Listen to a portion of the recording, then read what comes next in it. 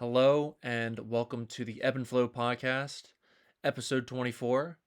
My name is Ben, and today we are completing the trifecta of my California trip. We're going to be talking about San Diego today. Um, I don't know if you listen to just the audio version or you're watching the video, but I got a haircut. My hair was getting pretty wild throughout my time in San Diego, and I had or in California, and I had not um, been cutting it at all. So it was just kind of doing its own thing, living a life of its own. But I got it cut in San Diego, and now the back is a little more under control, but still got massive volume in the front.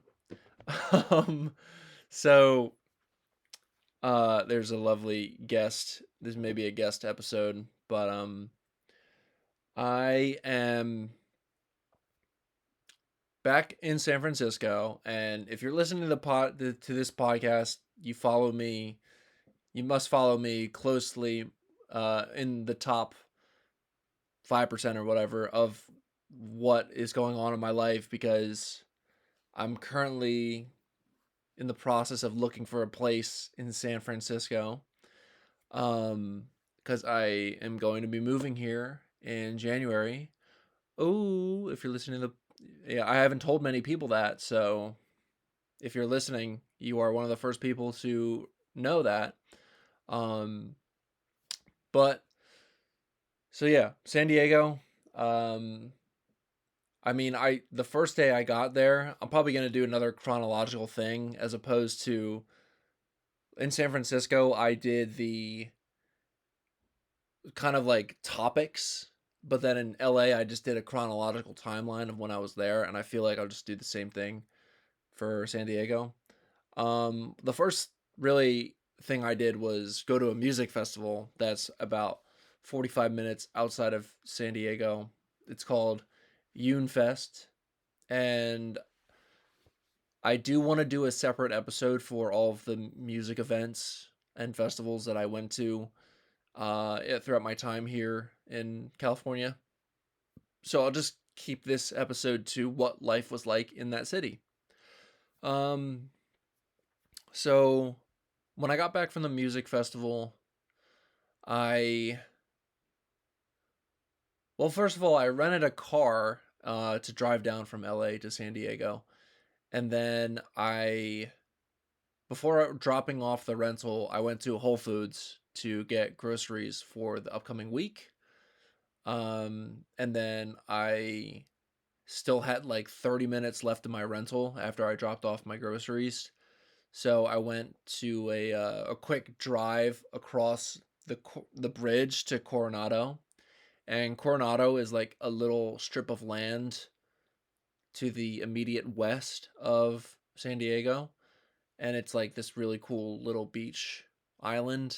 And it was awesome to be able to go across that bridge, and then I went down like this Silver Strand beach, which is basically like a very narrow strip of land in front of the city. So it's like the ocean going from west to east, Pacific Ocean. Well, actually, there's another landmass called Point Loma. So it's Pacific Ocean, Point Loma, Coronado, the Bay of San Diego, and then San Diego, the city.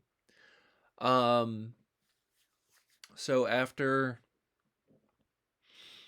I settled in after the festival, I just started to work again at my remote job, and also this is interesting. Like my left elbow was starting to hurt. Um, After the music festival, which it had been hurting after some music festivals. I feel like that I've been like moving my arm weird while I'm dancing, but yeah, I started dealing with this left elbow pain, and it was getting worse and worse but as the days went on, and I had this like routine of working out and doing push-ups every day, and it by like the the Wednesday or Thursday of my first week in San Diego, it got really bad, that I just couldn't move my elbow anymore. It had to be bent. Like I couldn't make my arm go straight. So I just really had to reel back, not use my arm anymore. I didn't take any painkillers or any anti-inflammatories. I just had faith in my body that it would heal the elbow injury.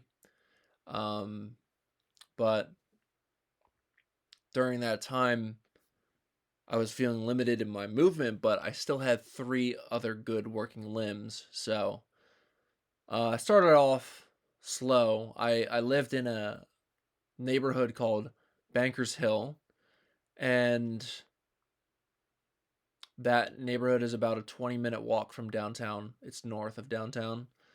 And first thing I'll say, I was in the direct flight path of every single plane that lands at the San Diego airport. The airport of San Diego is right next to downtown, which would make it super convenient if you were, living downtown or in a hotel and you were visiting. It's like it's like a 15-minute drive from the airport. Pretty nice. But the local neighborhoods um, get shafted in the sense that planes will fly maybe like 300 or 400 feet above your building, and they did that all day, every day, for the entire time that I was in San Diego.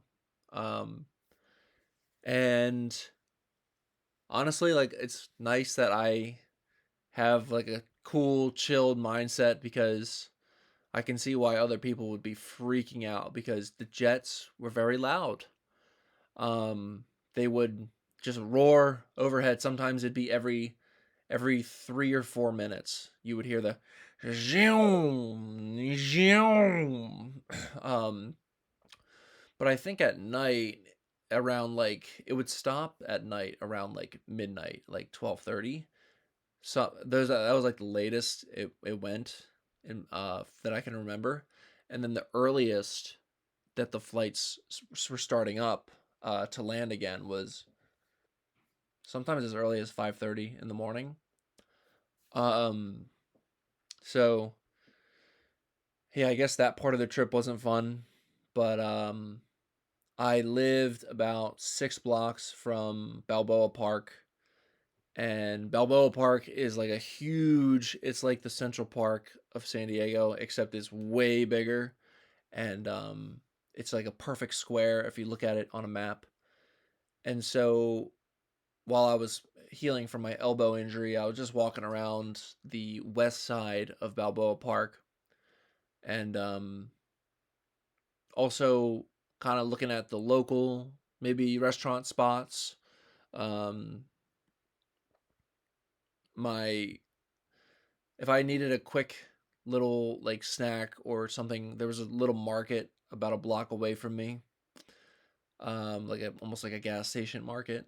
Um, but they still had good stuff there. Like I would get my milk from there because I didn't feel like going to Whole Foods and getting a gallon of milk and bringing it because the Whole Foods was like 1.5, almost 2 miles from my apartment. And I didn't have a car or a bike, so I just would just be walking.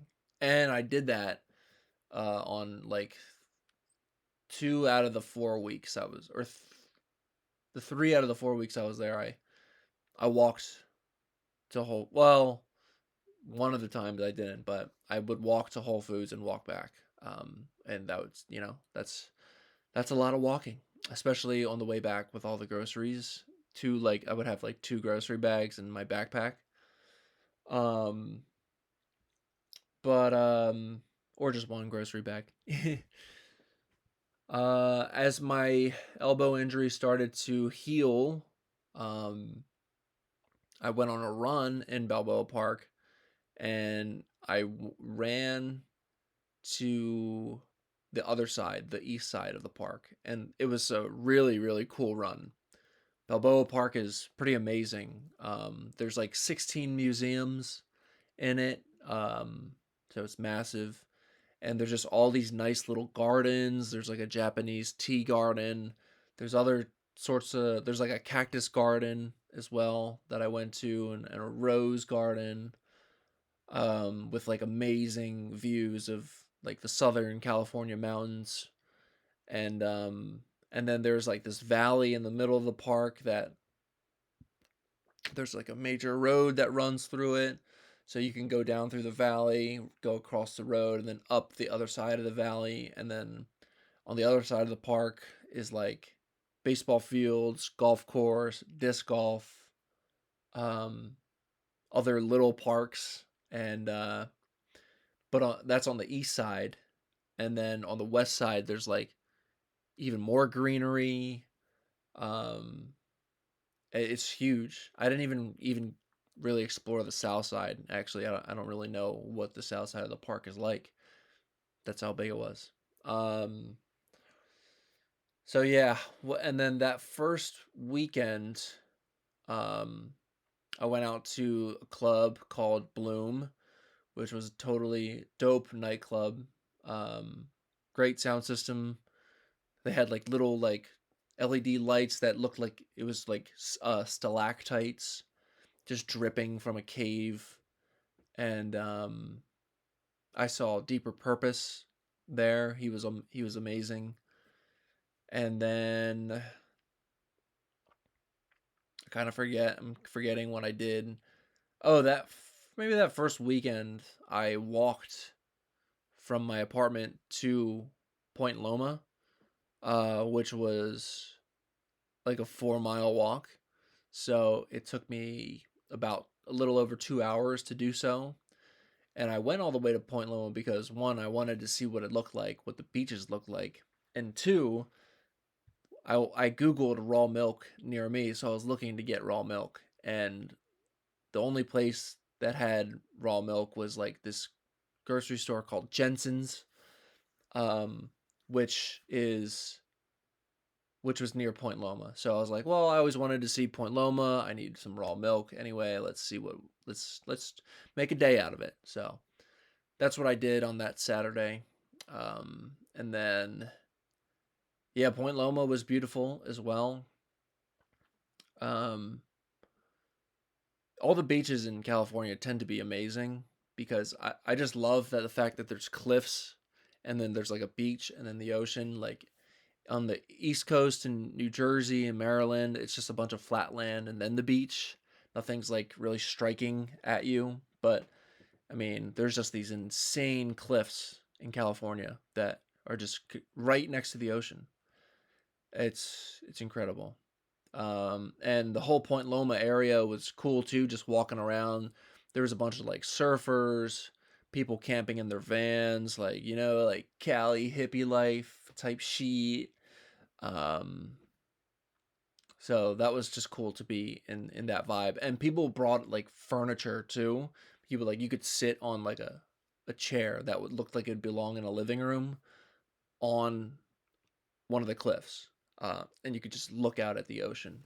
Like it was amazing. Um, I wanted to note as well that I to get to the cliffs in Point Loma, I had to go through like this Christian university that like I had no idea what that was about, but there was a bunch of crosses and crucifixes everywhere. It was like a very religious university. I totally forget what it's called. I think it began with an N. But yeah, that was cool. Cool experience. Um, so yeah, that was the first weekend, and then I mean, let's just talk about the weather. The weather in San Diego is pretty much perfect all the time. It rained twice when I was there for a month, and it wasn't even rain. It was like a drizzle. Most of the days, 95, maybe 96% of the days were just clear, beautiful, sunny, mid 60s, even sometimes into the low 70s. Um, and then the other like 4% were just cloudy days. So the weather in San Diego is pretty amazing. Not, if you like a place with variety of a weather, probably not for you, San Diego. But if you like warmth, if you enjoy wearing shorts and sandals every day, totally, totally a good place. Um, Comparing it to LA, it was very similar because they're only 2 hours apart from each other. But the air felt much cleaner in San Diego, maybe because it was a little closer to the ocean. Didn't feel as smoggy. Um, Communities there that I went to. One of the weekends I went to like a shuffler meetup. Shout out Emily Ratzlaff, who's like a pretty well known shuffler. And shuffling is like it's a type of dance that you do, usually to a house beat of electronic music, like four on the floor, rave music. Um, So that was a lot of fun, that meetup actually, because I've been shuffling since like 2020, 2021, when I learned in during COVID, but I only know of a few basic moves. So, but it was cool because everyone else there shuffles and likes electronic music and festivals. And Emily did like a DJ set when she was hosting it, and the venue was really cool too. I forget what it was called. It was like something Cove. I lived there. I would, because I don't have a car. That was like a 15-minute drive. Um, Another interesting things to note are people I met in the dualistic unity community who live here. I met this guy named Tom, who is awesome, who actually follows this podcast. And like, I feel like I don't really know what happens to the podcast once I put it out there. But him telling me that he's listened to almost every episode, and enjoys it and looks forward to when I post more episodes, like, was like such an amazing thing for me.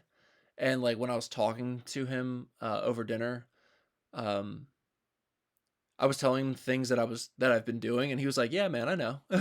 like like he knows that I do things, and I don't really know him. It was like it felt like I was like famous a little bit, which was an interesting feeling to navigate.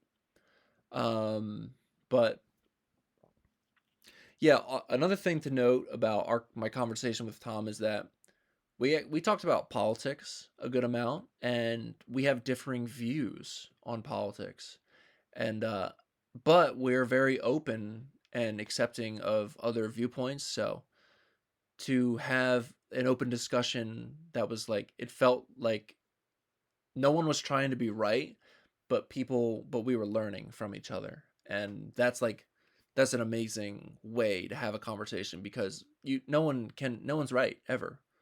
Right doesn't even exist. Right and wrong don't exist. Um, so when both parties understand that, just the amount of things that you can learn is much greater. It feels. So amazing conversation with Tom. He's going to be a guest on this podcast as well. So watch out for that guest episode coming out soon. And I don't, maybe forget if I said it, but shout out Tom. Um, Another person I met was Jackie. If you've been following the podcast, you'll know that I had Jackie on as a guest. My first guest of the podcast, actually. And to meet her in person was amazing. She seems to be doing very well and enjoying her own life. She's teaching yoga in San Diego, and I went to two of her classes, and they kicked my ass.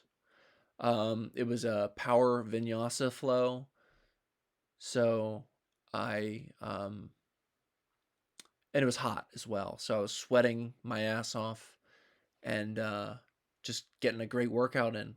but because I love sweating, and and then I also went out to dinner with Jackie as well, um, and that was a great time to hang out and chill with her as well, and just get to know her in that setting. So shout out Jackie as well. Pretty amazing people here, there in San Diego. Um, what else to talk about? Okay, another thing I just realized I'm remembering doing is going to the USS Midway Museum. Funny story about that. When I heard, I knew it was a museum there, but I was on actually doing a hop on, hop off tour, and we passed by the museum, and the guy leading the tour said, "This USS Midway Museum, the aircraft carrier was not in the battle, but it was named after the Battle of Midway." And I knew the Battle of Midway was like a very famous battle in World War II. So when I heard that the aircraft carrier was not a part of that, I was like disappointed. And I didn't want to visit it because I was like, well, this wasn't even in the battle. Like, that's silly. But then I realized later on during my time that I've never been on an aircraft carrier, and it would be really dope to be on one, and see what it was like, because I knew that you could be out on an aircraft carrier for months at a time. So, how would you live your life if you spent months on the sea? And it was just, it was incredible, actually, being there. You get to go in the hangar, and see a bunch of aircraft, and you had this audio tour thing. So you had a remote that you could point at like a little scanner, and it would tell you, you would hold up to your ear, and the audio tour would tell you about what you're looking at, which is cool. Um, but maybe I think my favorite part was below deck, where you got to see all the inner workings of what it's like to live there. So I saw, like, obviously the mess hall. That was crazy. How much food they have to cook in order to serve the whole ship. The dorm rooms, like, you barely got a place to sleep because it's all about space, you know. Um, and me being like 6'2" is like, it would probably be a little bit of a struggle for me to sleep on that carrier. Um, what it was like if there was a fire, like, or if there's any issues. If there's a fire, like, you got to put it out, or else you're gonna lose the ship, which is crazy. And if there's a problem, there's this whole exhibit dedicated to engineers, um, and that is one of my favorite exhibits, because I'm an engineer. So if there was an issue on the ship, like, you had to fix it, or else, I mean, you're the only one there. You have to fix it. You're not gonna sleep until the issue is solved. Um, so yeah, just all the infrastructure. Like, there was a dentist's office, obviously a doctor's office for surgery, injuries on the ship.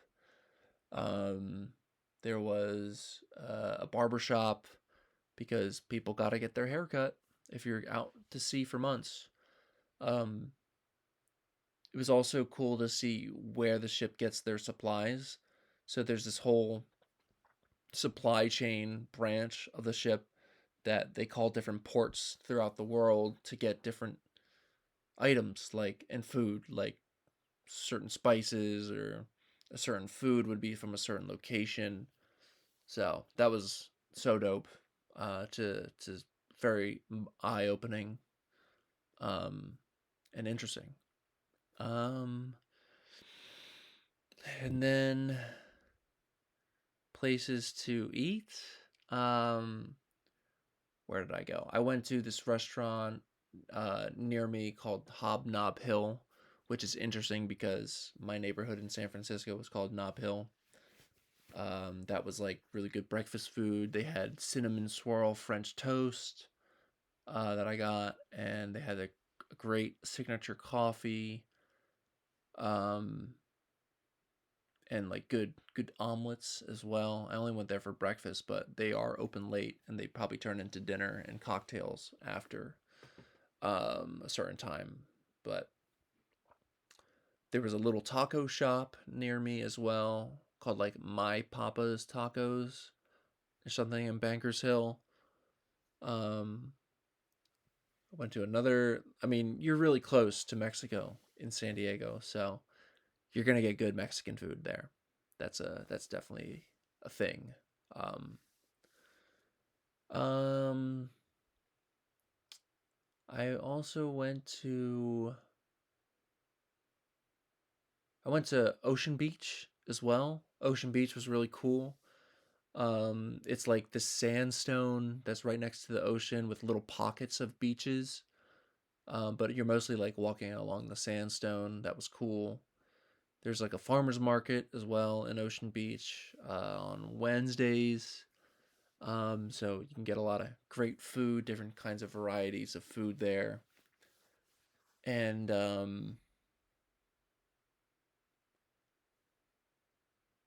my Airbnb was interesting as well. I stayed at the Hawthorne Historic Inn on First and Hawthorne.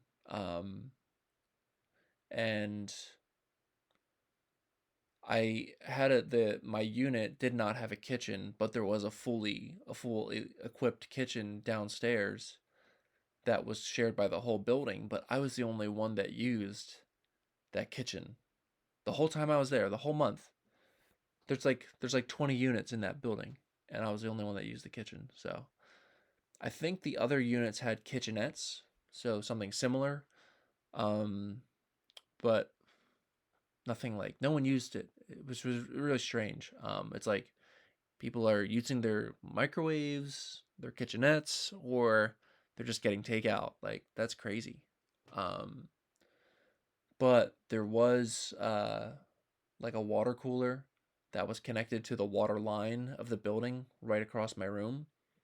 So I would have unlimited filtered water throughout my time there, which was really nice. Um, and I had a desk and a chair in my room as well, and a full size refrigerator for all my own food. So I would actually just take a basket drawer from my room, and whenever I went to cook something, I would put all the food I was going to take down to the kitchen into the basket and then bring the basket down and then cook with that. So, yeah, that's kind of how I got by with food and stuff and just, yeah, describing my life there in San Diego. Part of me was really couldn't believe that it was the last stop of my trip. Um, I've been wanting to go to California for a long time, many years, and always wanted to do a trip up in like, along the West Coast. And I didn't even like think that I could do it until the possibility of remote work came to be, which was during COVID. And then we returned to the office for my job. And when we went back to the office, I was very not with it. I did not want to go back at all. So I just started looking for a new job. And then I got that remote job in April of this year. And that took two years of work to get to that point of me looking for jobs while maintaining my current one. So luckily, it was also in the same company as well. I just didn't have to switch companies. So then I just sent it, you know. I have a friend who told me like you should do an episode on how to travel by yourself and how to enjoy your time when you're out traveling because he told me that I'm really good at that and I would have to agree that I am pretty good at enjoying my time while I travel. I'm going back to Philly on Sunday. So I this is really coming to the end here of my California trip for now. But I will. The plan is to come back to San Francisco in January, next month. So um, it's been a pretty incredible journey, and honestly, if you've been like listening to my podcast episodes on the three cities and stuff that I've been to, shout out to you. Um, I've always been inspired by people that travel by themselves, and always wanted to do it myself. So if you're an aspiring solo traveler, um, I mean, first of all, just you got this. You can do it. You can just probably the main thing that's holding you back from doing that is you. And but if you do need any help getting into that mindset, um, I do offer a solo travel coaching as well, where we just talk about what you're working through, and if you really want to commit to this lifestyle, if I've inspired you and you want to do this, I can talk to you personally, or I just make more episodes about it. But like how to get a remote job, how to identify skills um, to get a remote job, or and then how to plan your trip and how to also leave room for spontaneity so that you can be open to new experiences even though you do have your schedule set. Um, how to navigate an airport, uh, how to get your boarding passes online. Like I don't know, it's all that stuff is really straightforward, but it's stuff that I've done a lot, and I feel like I could help you out with that. Um, but mainly, what I would be focusing on is your mindset and what you would like to work through in order to travel by yourself. Because for me, it's that's how I've been living. For me, is through this experience that I've been in the last 3 months. I just feel like it's the most I've ever lived for myself and not for others. Not for my perception of myself, but for my true self, which is you, which is everything. Um, so I feel like that's a really poignant way to end this series on the cities that I went to in California. Um, I hope you learned something maybe about San Diego from me talking. And if you want to visit it, if you want to visit San Diego, LA, or San Francisco, and you need recommendations, or if you're going to move there, let me know. I have a month of experience in all of those cities now, which is pretty cool to say, actually. So, um, yeah, I'll wrap it up here, and watch out for that episode with Tom, and I'll be back in Philly next week. So, thank you for listening, and check out everything that I have to offer you if you want to follow me more in the description down below. So, see ya.